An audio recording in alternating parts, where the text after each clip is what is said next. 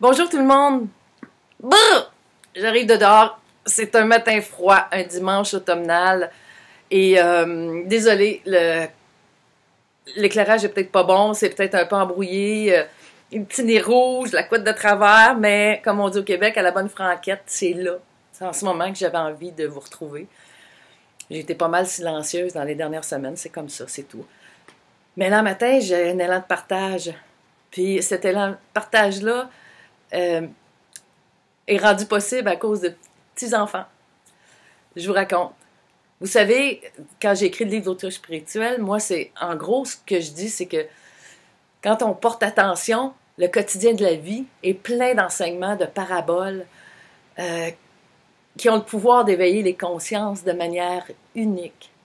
Et j'ai vécu un de ces moments-là cette semaine. Dans une tâche bien quotidienne, j'étendais du linge sur la corde. Puis en arrière de chez moi, de l'autre côté des arbres, il y a une petite garderie en milieu familial. Fait que c'est courant, j'entends les enfants jouer de l'autre bord.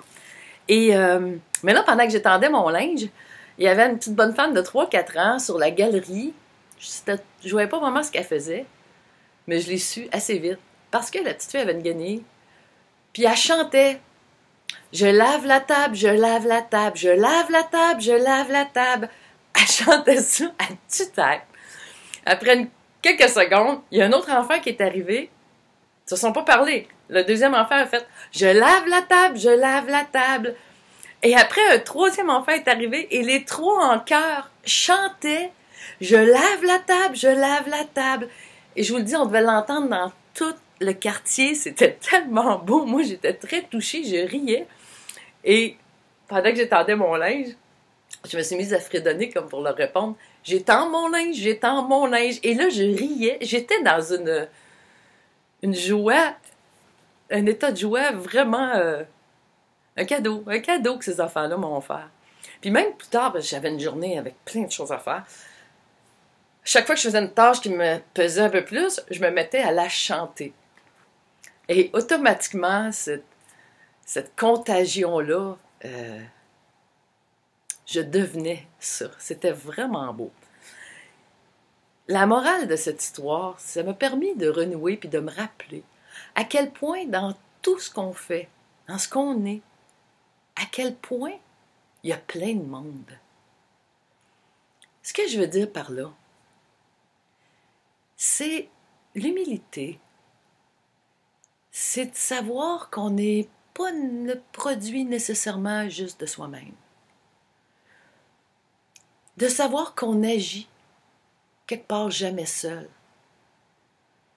Parce que on est le résultat de tout le chemin parcouru et de tous ceux et celles qui l'ont nourri, influencé, abîmé même. Mais pas juste à l'échelle de notre vie, mais à l'échelle de tout ce qui a été avant, de tous ceux et celles qui ont foulé cette terre. C'est fou à quel point on est en présence, en dedans puis en dehors des autres. Et on entend beaucoup ces temps-ci, nous sommes tous unis, nous ne faisons qu'un, il n'y a rien qui nous sépare, on est tous interconnectés. J'y adhère totalement. Il ne faut juste pas oublier que cette interconnexion-là n'est pas juste en dehors, elle est beaucoup, beaucoup en dedans. Quand j'ai écrit le livre de l'autruche, puis les autres manuscrits, on se fait appeler auteur, autrice, qu'il faut dire à cette heure. Moi, je suis toujours portée à dire écrivaine plus, parce que c'est l'action d'écrire. Puis que quelque part, je le sais. Oui, le livre est mon œuvre, il passe par moi, mais quelque part, il est l'œuvre de beaucoup plus que moi. C'est ça l'humilité. L'humilité, c'est de savoir qu'on est le résultat de quelque chose de grand, de beaucoup plus grand que soi, puis de se le rappeler au quotidien de la vie, c'est important. Ça atténue un petit peu les prétentions et surtout les rivalités. Notre véritable quête spirituelle, parce que si vous écoutez cette vidéo, si vous avez penchant spirituel. C'est la quête de soi.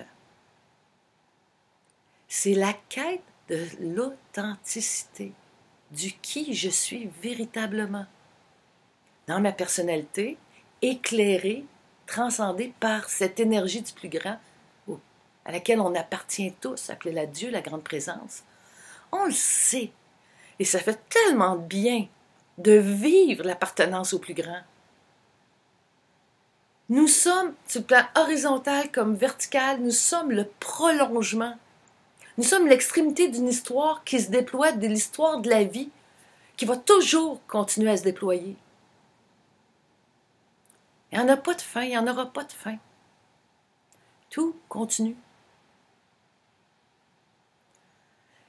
Et une des grandes lois, c'est l'interdépendance, l'interinfluence. C'est une grande loi d'humilité. On n'invente rien, même si je vous sors une belle phrase que vous n'avez jamais entendue. Elle est de moi sans être de moi. Elle est le résultat de là où on est rendu. Cet été, j'ai plongé dans des livres que moi, j'en accumule, puis en tout cas, je me suis payé la traite et je m'intéresse beaucoup, beaucoup à l'énergie quantique. Fait que je me suis payé la traite avec des livres de, entre autres, Bruce Lipton, Greg Braden, Lynn McTarget, Anita Moorjani, Brené Brown. En tout cas, je me suis payé la traite, puis c'est fou, tu lis, puis ta conscience s'éveille par eux, dont la conscience a été éveillée par d'autres, et on est dans un momentum extraordinaire où il y a un rapprochement incroyable entre la physique, la science, la connaissance et le mystique. Et c'est merveilleux parce que c'est toutes les connaissances qu'on développe, qui éveillent nos consciences, qu'on développe au contact des autres, des expériences, des lectures, qu'importe. Ça éveille notre conscience et c'est ça notre job. Notre job, c'est l'éveil des consciences. Parce que l'éveil des consciences, c'est par là que la transformation se fait. C'est pas par la doctrine puis l'application de rigidité. C'est par la clarté, l'éveil des consciences. C'est pas en étant contre qu'on éveille. C'est en étant pour l'authenticité. Et ça commence par soi. Et ça, je trouve ça grandiose. C'est la conscience. Très zoom ou très large, selon ce qui est nécessaire, qui définit votre réalité.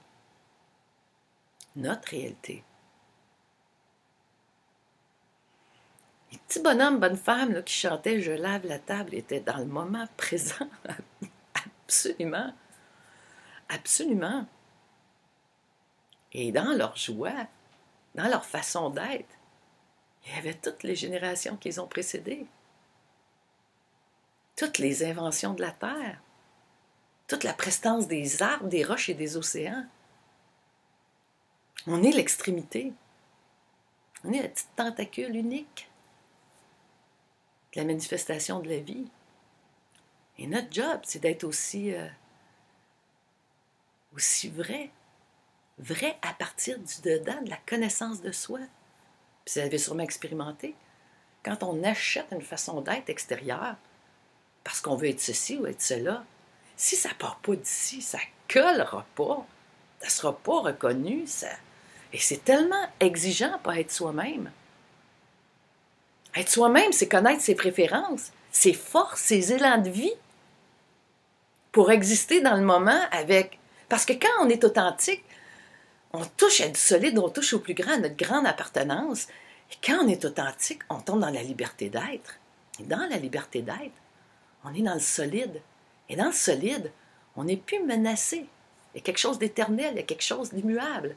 Et là, c'est génial, parce qu'on n'a plus rien à revendiquer. On n'a plus rien à gosser à l'extérieur pour que l'autre nous dise ce qu'on veut entendre, pour que l'autre soit ce qu'on veut qu'il soit. Et c'est ça. Simplement ça, en ce dimanche, que j'avais envie de vous partager. On est le prolongement. Notre unicité est hyper importante. Et chacune d'entre nous, c'est notre « je suis » qui est le point de départ de notre vie, puis qui sera le point d'arrivée à la fin de notre vie sur Terre. C'est dans le « je suis ». Et l'authenticité mène à l'amour de soi, l'amour de l'autre.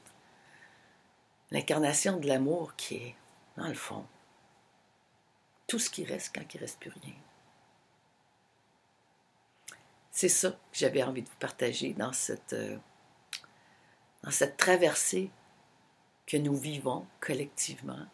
Restons humbles.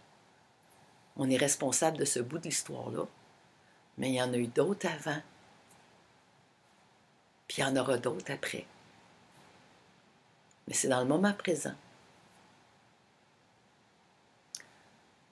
que notre véritable pouvoir d'authenticité est. Alors laissons tomber quelques prétentions, les rivalités, les être contre. Incarnons le être pour en étant nous-mêmes. Ça va se faire. Alors si vous avez une petite baisse d'énergie, si vous avez une petite corvée pénible qui vous attend, prenez une guenille, lavez votre table et chantez « Je lave la table, je lave la table » ou qu'importe d'autre. Je ne sais pas quand est-ce que je vais vous retrouver, mais tout est correct. Tout se passe bien. Et je vous salue, je vous souhaite la joie. La joie douce. La joie sans extravagance. La joie naturelle qui